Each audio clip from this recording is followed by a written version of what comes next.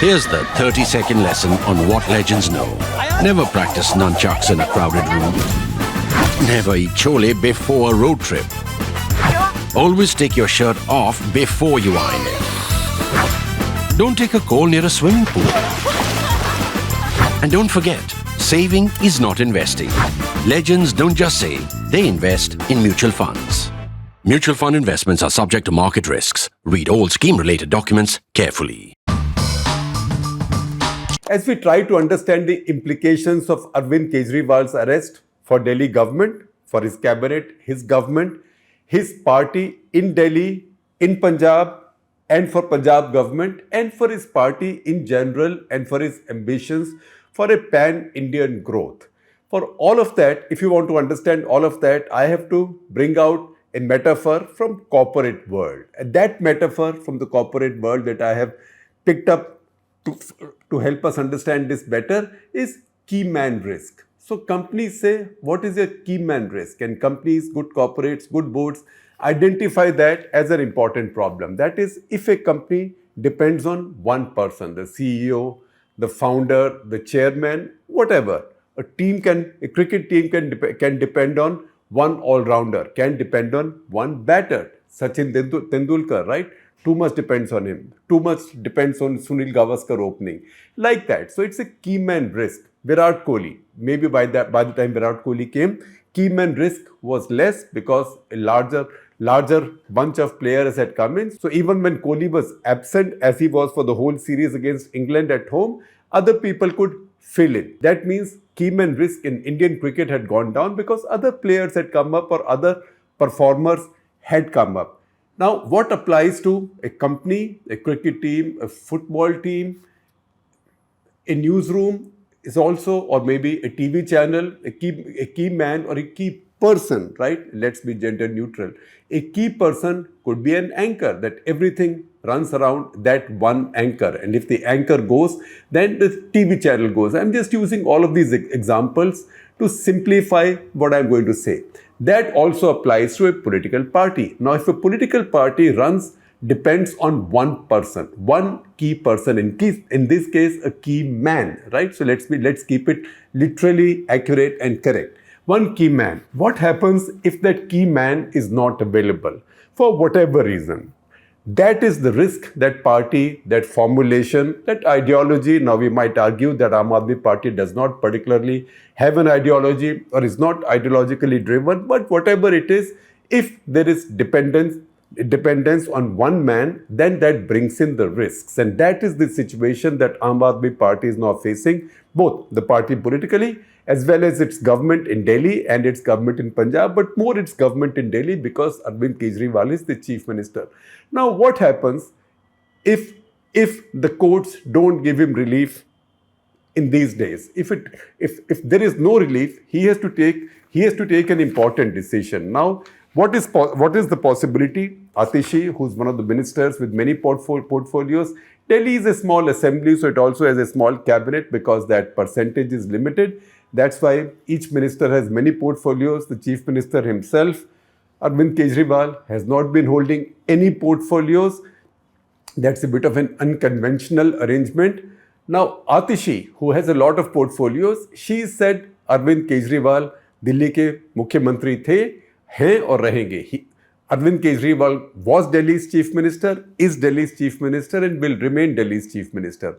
And other members of Aam Aadmi Party, other leaders of Aam Aadmi Party have even said that, look, what is the big deal? After all, when Sahara Shri was in jail, in Tihar jail, Supreme Court had allowed him to have an office, a phone, some kind of assistance, so he could keep running his business. There is, however, one important difference. He was not in court in a conventional criminal case. He was not charged like that. He was in jail for what I might describe as a lender's prison.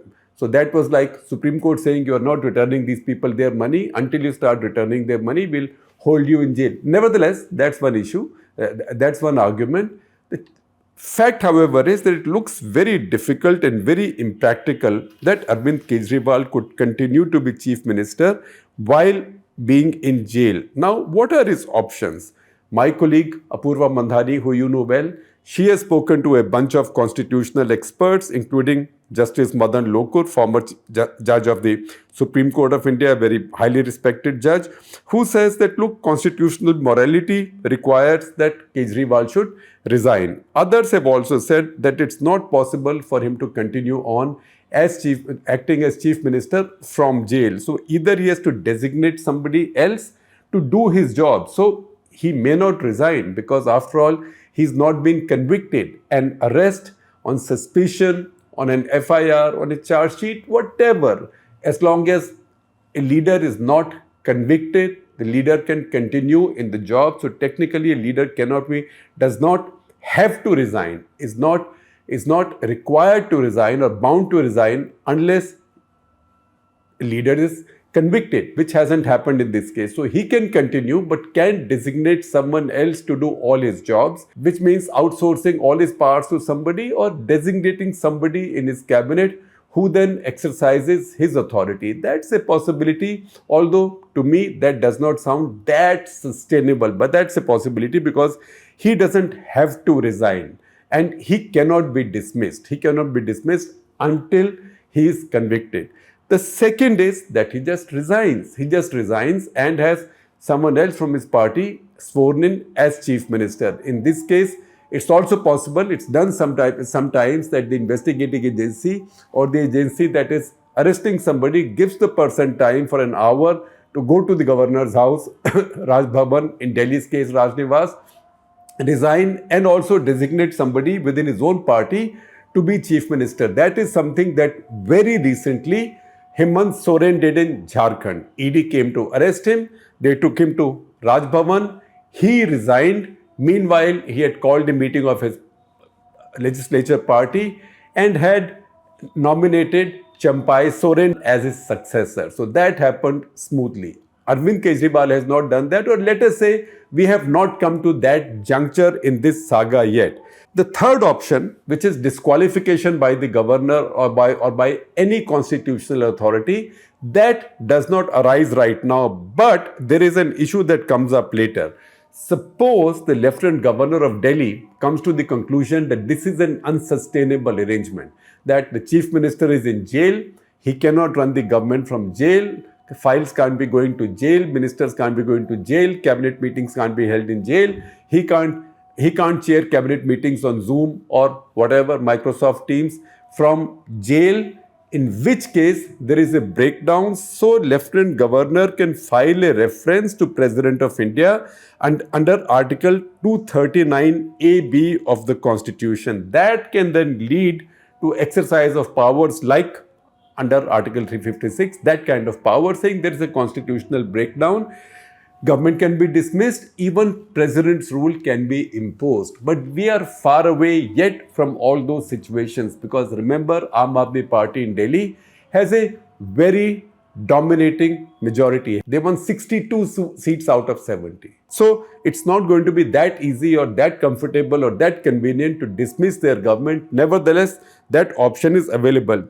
His continuation as chief minister from jail will cause other complications. For example, there is a committee on services. That's a committee with two senior civil servants and chief minister that decides postings, transfers, appointments within the All India Services officers employed by Delhi government. Now, in the chief minister's absence, what happens to that committee? That committee chooses people and those recommendations then go to Lieutenant Governor, who then takes a final decision. So that also comes to a standstill. So if this continues, Arvind Kejriwal and Aam Aadmi Party will be rendering themselves vulnerable to action by the Lieutenant Governor. And as we know, Lieutenant Governor has no love lost for Aam Aadmi Party and Arvind Kejriwal. Anyway, nor does the Modi government, nor does the central government, nor does the Union Home Ministry. So these are decisions that need to be taken quite quickly. Obviously, a lot will depend on what the decisions in the courts are because several things will happen in courts simultaneously or one after the other. Now that is on the governance administrative side, the government side. Now let's come to the political side. Political side, so far, Aam Aadmi Party was formed in 2012.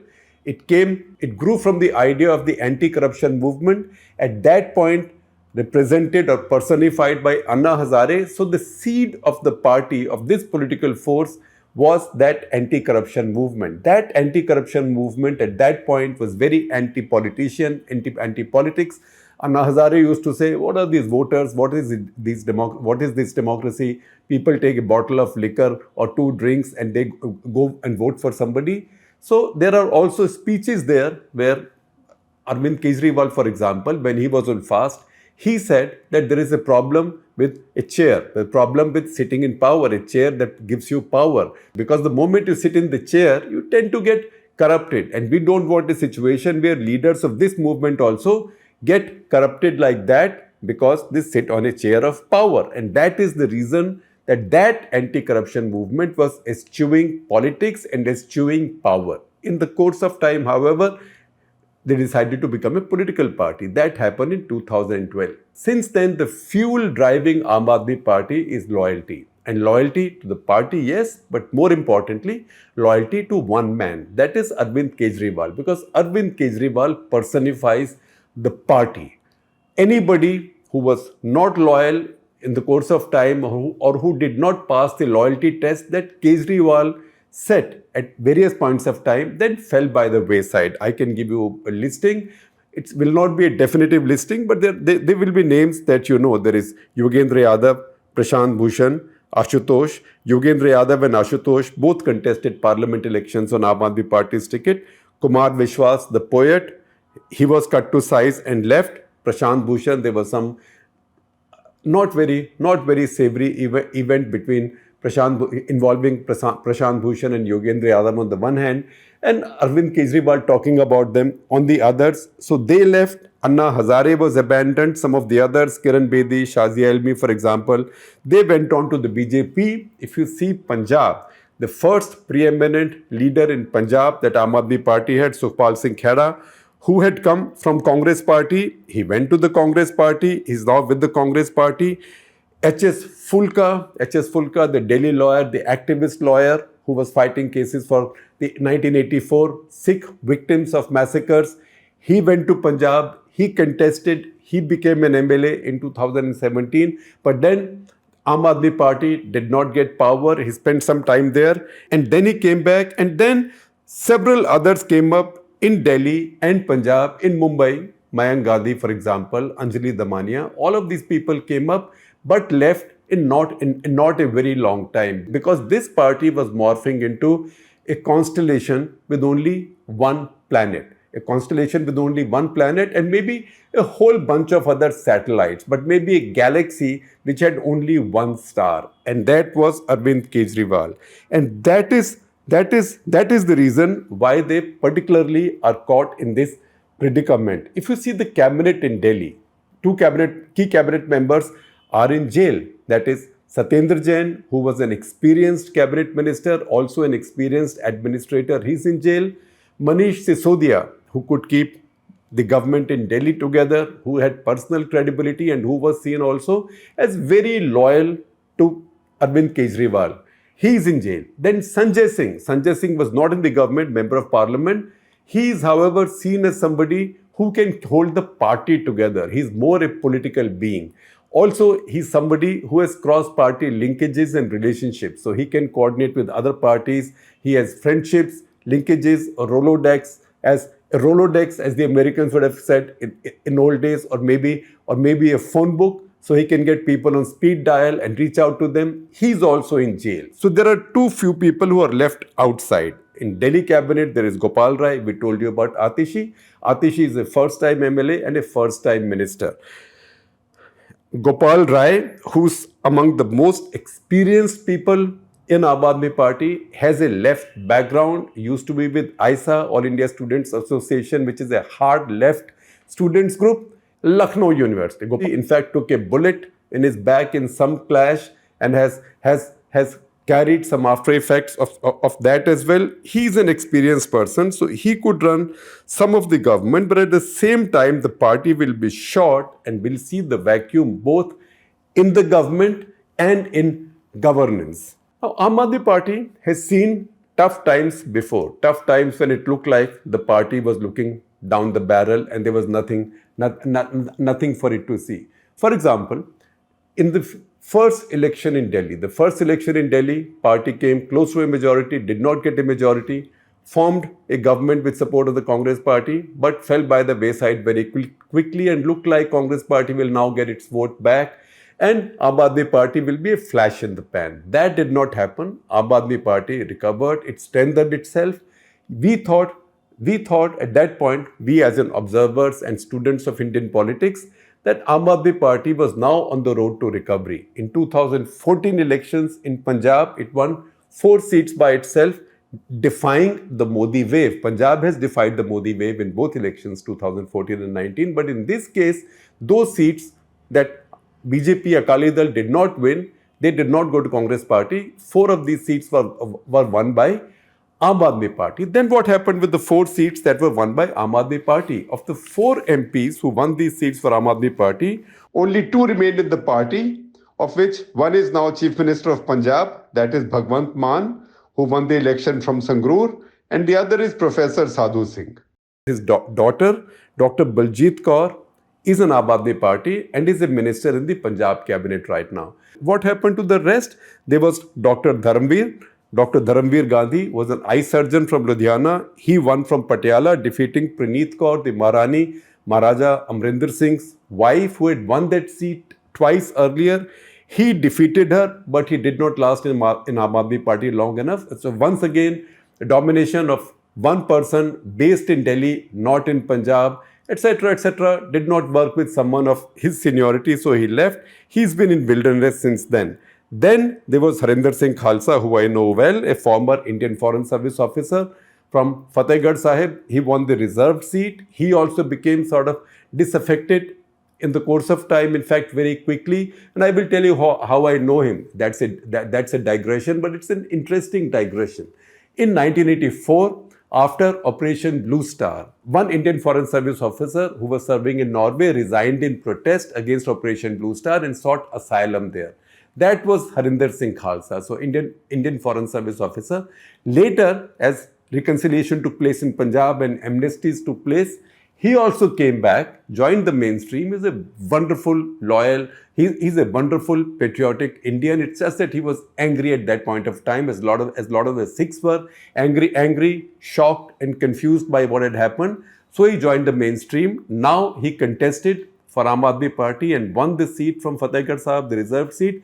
He, in the course of time, left Aam Aadmi Party, so he's gone as well. So once again, if you see the pattern, the party has not developed a leadership, whether mid-senior or senior. There are lots of younger people, but people who are very far away in terms of seniority, clout, and also the respect they draw or the control they have on the party compared to Arvind Kejriwal. That is the reason I said this looks like a constellation with only one star, or a solar system with just one planet. All the others, if anything, are relatively minor satellites, and that's a problem. If you see Punjab again, Punjab is a much bigger state in Delhi, and so you see patterns of this politics much more clearly in Punjab. There were other senior leaders in Punjab. Sucha Singh Chotepur, for example, at one point he was seen as a chief ministerial candidate.